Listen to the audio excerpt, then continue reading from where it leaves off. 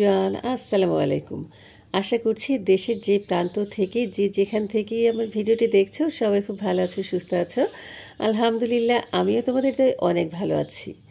বরাবরের মতো আমার চ্যানেল সামিরাস লাইফস্টাইল ব্লগ থেকে আমি সামিরা তোমাদের সবাইকে অনেক অনেক শুভেচ্ছা ও ভালোবাসা জানিয়ে ঢাকা থেকে আজ নতুন আরও একটি ডেইলি ব্লগ উপস্থাপন করছি। আশা করছি আজকের ভিডিওটা তোমাদের খুব ভালো লাগবে।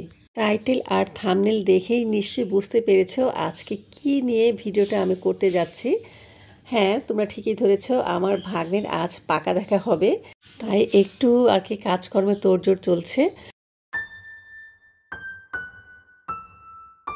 আমার প্রিয় বন্ধুরা, আমি বলবো ভিডিও শুরুতেই প্লিজ ভিডিওটিতে একটি লাইক দিয়ে এরপরে সম্পূর্ণ ভিডিওটি দেখা কন্টিনিউ করো।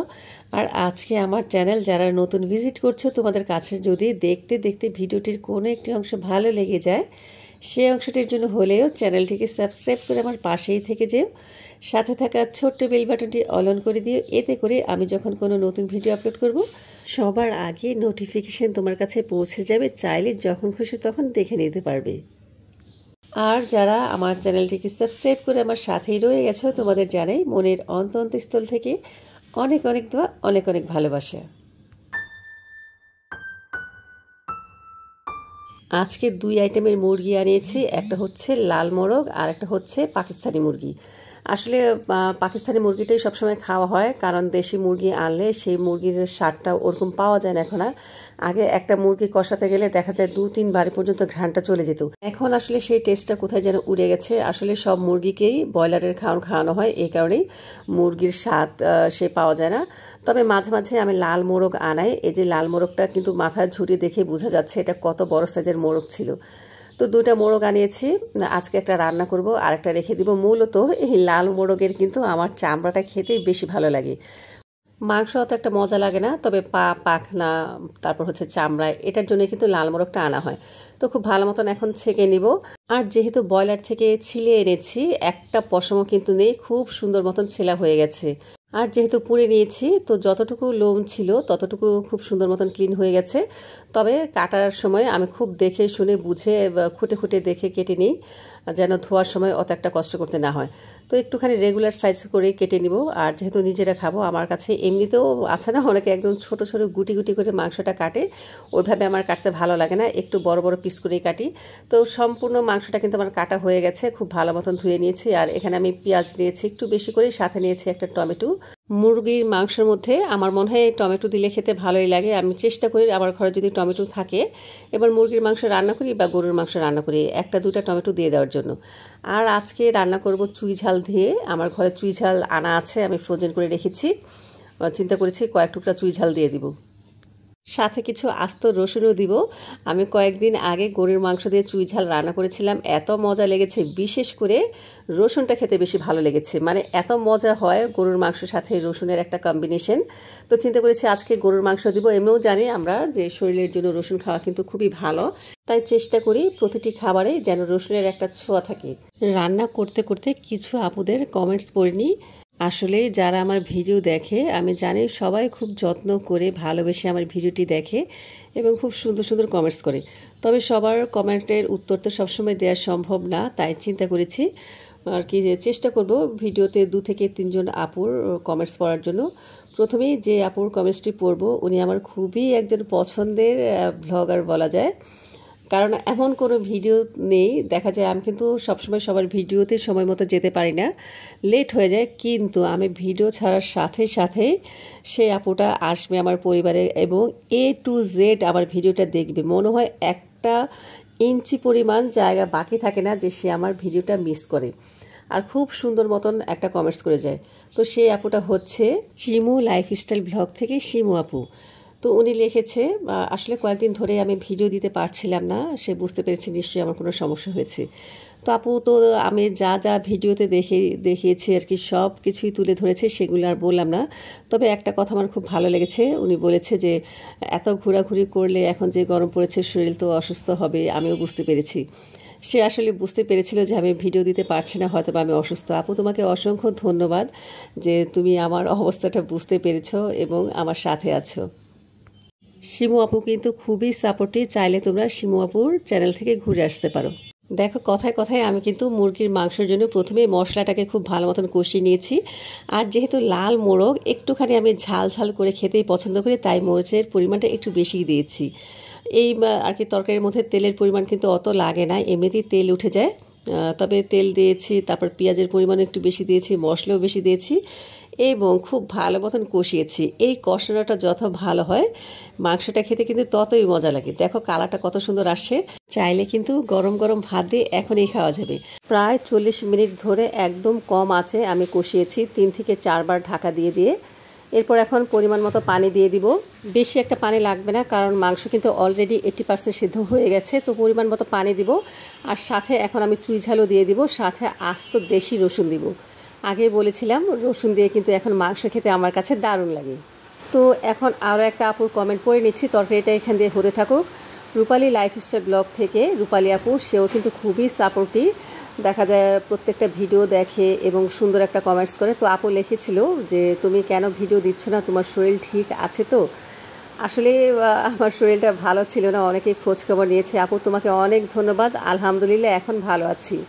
বন্ধুরা তোমরা চাইলে কিন্তু রূপালী লাইফস্টাইল ব্লগ চ্যানেলটাকে ভিজিট করে আসতে পারো। মোটামুটি রান্না বাড়া কিন্তু শেষ পর্যায়ে। এখন যে থালা বাসনগুলো ছিল সেগুলো একটু ধুয়ে নেব। আসলে দেখা যায় রান্না বসিয়ে কিন্তু অনেক কাজকর্ম করা যায় ঘরের, এই যেমন বিছানা তোলা, ঘর ঝাড়ু দেওয়া, থালা বাটি ধোয়া। তো আমার কিন্তু ঘর গোছানো শেষ, এখন থালা বাসন ধুয়ে নিলে এরপর গোসল করে ফ্রেশ হয়ে গেলে কিন্তু আমার কাজকর্ম করা শেষ। আর এদিক দিয়ে কিন্তু আমার রান্নাও কমপ্লিট।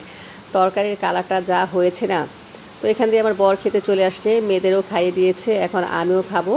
আর খাওয়া দাওয়া করে ঝটপট রেডি হয়ে নিব, কারণ আজকে সন্ধ্যায় আমাদের হচ্ছে একটা ইনভিটেশন আছে, একটা স্পেশাল ইনভিটেশন। এটা হচ্ছে আমার ছোট বোনের মেয়েকে দেখতে আসবে। বাসায় দেখানোর ঝামেলাটা আসলে নিতে চাইনি, দেখা যায় অনেকজনেই আসবে, তো চাইনি যে বসবো। আর ধানমন্ডির খুব কাছাকাছি অ্যানামস প্লাজায় এখানে একটা রেস্টুরেন্ট আছে, চিন্তা করেছি আমরা এখানেই বসবো। তো ছেলের পক্ষ থেকে সেটাও কাছে, আবার আমাদের পক্ষ থেকে কাছাকাছি, তাই এখানে আমরা চয়েস করেছি। আর আজকে আমরা আসছি, আমরা 3 বোন, 3 বোনের হাজব্যান্ড আর হচ্ছে আমার এক ফুফাতো ভাই, আর ছেলের পক্ষ থেকে হয়তো বা ছেলের বাবা মা ভাই বোন সবাই আসবে। তো এই যে অলরেডি আমরা নেমে গিয়েছি। আর এই যে আমার ভাই মানে আমার ফুফাতো ভাই দুষ্টুমি করছে যে ব্লগ করা শুরু হয়ে গেছে। যেহেতু ব্লগিং করছি ছোটোখাটো, তো ব্লগ না করলে হয় নাকি। এই হচ্ছে আমার ছোটো বোনের হাজব্যান্ড, ওর এই মেয়ের বিয়ে। আর ওই যে হচ্ছে কন্যা, সে লাল ড্রেস পরে দাঁড়িয়ে আছে। তো জুই তো আজকে খুবই নার্ভাস, বারবার বলছিল আন্টি আমার পরিবর্তে অন্য কাউকে বসায় দেয় না, আমি কীভাবে বসবো, কী বলবো, কী করব, মানে খুব অস্থির হয়েছিল। আসলে এটাই ওর লাইফের প্রথম, ওকে দেখাচ্ছি আমরা, এর আগে কখনো দেখাইনি কাউকে।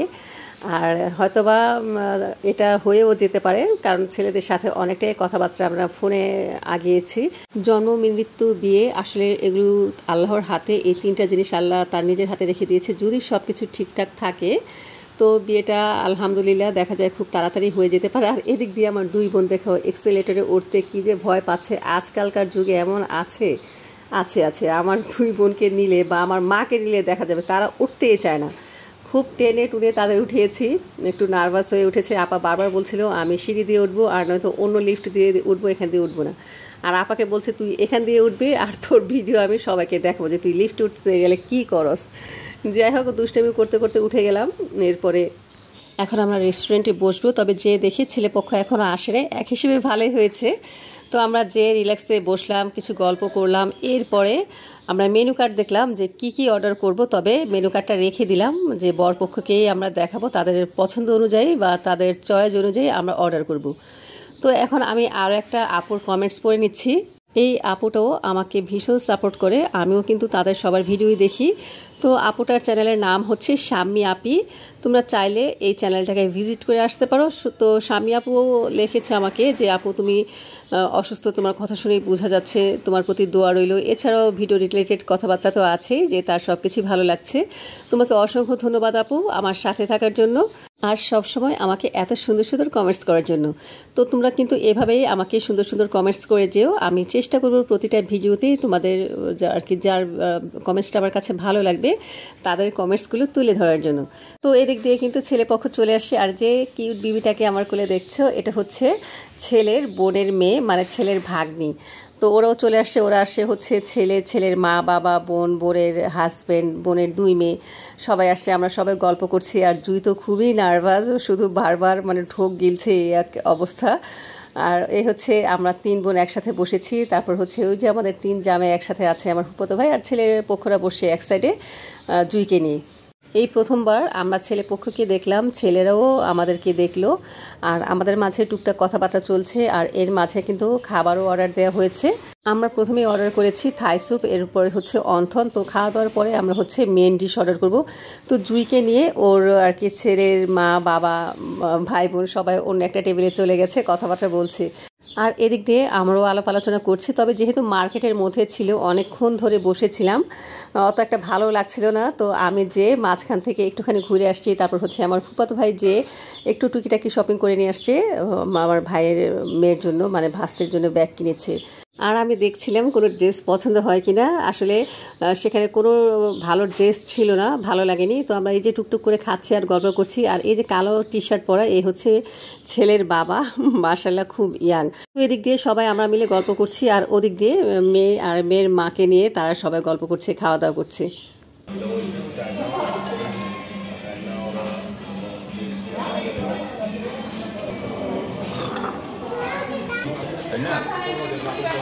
এখন তুমি মনে করো যে আমার মেয়ে কিন্তু ঈদ কোরবানি ছাড়া আমার মেয়ে কিন্তু ওখানে থাকে না আমার এলাকায়।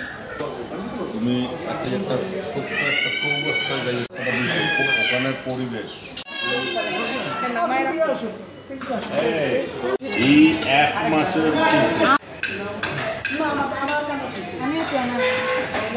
দেখি বে একটু তাকান। তো আমাদের কথাবার্তা কিন্তু অনেকাংশে এগিয়ে গেছে। ছেলেরও মেয়ে পছন্দ, মেয়েরও ছেলের পছন্দ। আর এখন ফ্যামিলি আমরা দেখে নিলাম। তো এই যে আমার এখানে ছোট বোনের হাজব্যান্ড, তারপর হচ্ছে ছেলের বাবা মা, জুই ছেলেকে নিয়ে সবাইকে নিয়ে একটা ছবি তুললাম, কারণ এটাই স্মৃতি হিসেবে কিন্তু থেকে যাবে। আর তোমাদের সাথে যেহেতু যে শেয়ার করবো তাই একটু ভালো করে ভিডিও করলাম। আর এখানে এই যে বিয়ানের নাতিন, তারপর হচ্ছে আমাদের ভাগ্নে জামাই আর কি হয়ে যাবে ইনশাল্লাহ যদি আল্লাহ কপালে রাখে।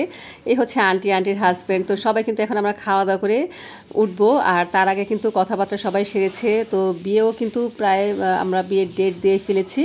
তো আমরা দেখেছি হচ্ছে মঙ্গলবারে, আর আমরা ডেট দিয়েছি যে শুক্রবারের মধ্যে। খুব তাড়াহুড়ে, কারণ তাড়াহুড়ার কারণ আছে, ছেলে আবার বাহিরে চলে যাবে, বিদেশে আর কি ভিসা চলে আসছে। ও দেখা যায় ঈদের আগেও চলে যেতে পারে, বা যদি ডেটটা পেছানো যায় হয়তো বা ঈদের পরেও আর কি যেতে পারে। এই কারণে কিন্তু আমরা তাড়াহুড়া করছি। তো এত তাড়াহুড়ার মধ্যে এখন দেখা যাক আমরা কমিউনিটি সেন্টার ভাড়া পাই কিনা। আর এদিক দিয়ে যে এখানে আমাদের 3 বোনের হাজব্যান্ড, আমার ফুফাতো ভাই, তারপর হচ্ছে ছেলের বাবা, ছেলের বোনের হাজব্যান্ড সবাইকে নিয়ে একটা আর কি ভিডিও করলাম, একটু ছবি তুলে নিলাম। তো এখন আমরা সবাই চলে যাব। রাত প্রায় 10:30টার মতো বেজে গিয়েছে। তো ছেলেদেরকে আমরা উঠিয়ে দিয়ে এখন আমরাও বাড়ি চলে যাব। আর মেয়েদের জন্য কিন্তু আমরা খাবার পার্সেল করে নিয়েছি। আন্টিরাও তাদের আর কি পছন্দ অনুযায়ী যাদের আর কি আসে নাই বা যাদের দেওয়া উচিত তাদের জন্য খাবার পার্সেল নিয়ে গেছে। তো এখন সবাই বাসায় যাব। রাত প্রায় 10:30 বাজে, গুড়ি বৃষ্টি পড়ছিল। আর হচ্ছে জুই তার শাশুড়িকে রিক্সায় উঠিয়ে দিচ্ছে। এখন এরও চলে যাবে, 3 জন 3 দিকে, মেয়ে যাবে একদিকে, তারপর হচ্ছে ছেলেরা যাবে আরেক দিকে, আর আমরা যাবো হচ্ছে আরেক দিকে। আমাদের এখন ডেট ফিক্সড হয়ে গেছে যে এখন আসলে আগামীকাল থেকেই দেখতে হবে কোনো ছোটোখাটো চাইনিজ রেস্টুরেন্ট ভাড়া পাওয়া যায় কিনা। আসলে 2 দিনের মধ্যে কোনো হল খুঁজে পাওয়া মুশকিল। আর আত্মীয় স্বজন তো আছে, তবে এত তাড়াহুড়ার মধ্যে যেহেতু আমরা এখন নিজেরাই আর কি বিয়েটা সেরে ফেলার ব্যবস্থা করব ইনশাল্লাহ। ছেলে আবার বাইরে থেকে আসার পরে তখন তো মেয়েকে উঠিয়ে নিবেই, তখন হয়তো আবার দেখা যাবে। তবে আমাদের পক্ষ থেকে আমরা চেষ্টা করব একবারে উঠিয়ে দেওয়ার জন্য। আর এই যে ছেলের বাবা দেখো এখন যাওয়ার পথে দাঁড়িয়ে পান খাচ্ছে, বেশ মজার মানুষ।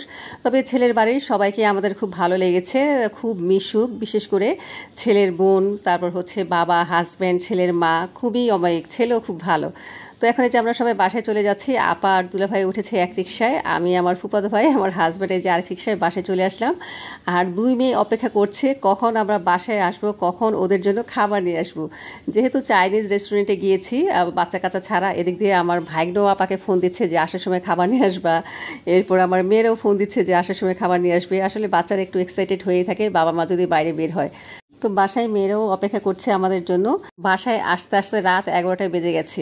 তো বন্ধুরা, আজকের ভিডিওটা তোমাদের কাছে কেমন লাগলো বা ছেলেকে কেমন লাগলো অবশ্যই কিন্তু তোমরা কমেন্টস করে জানিও।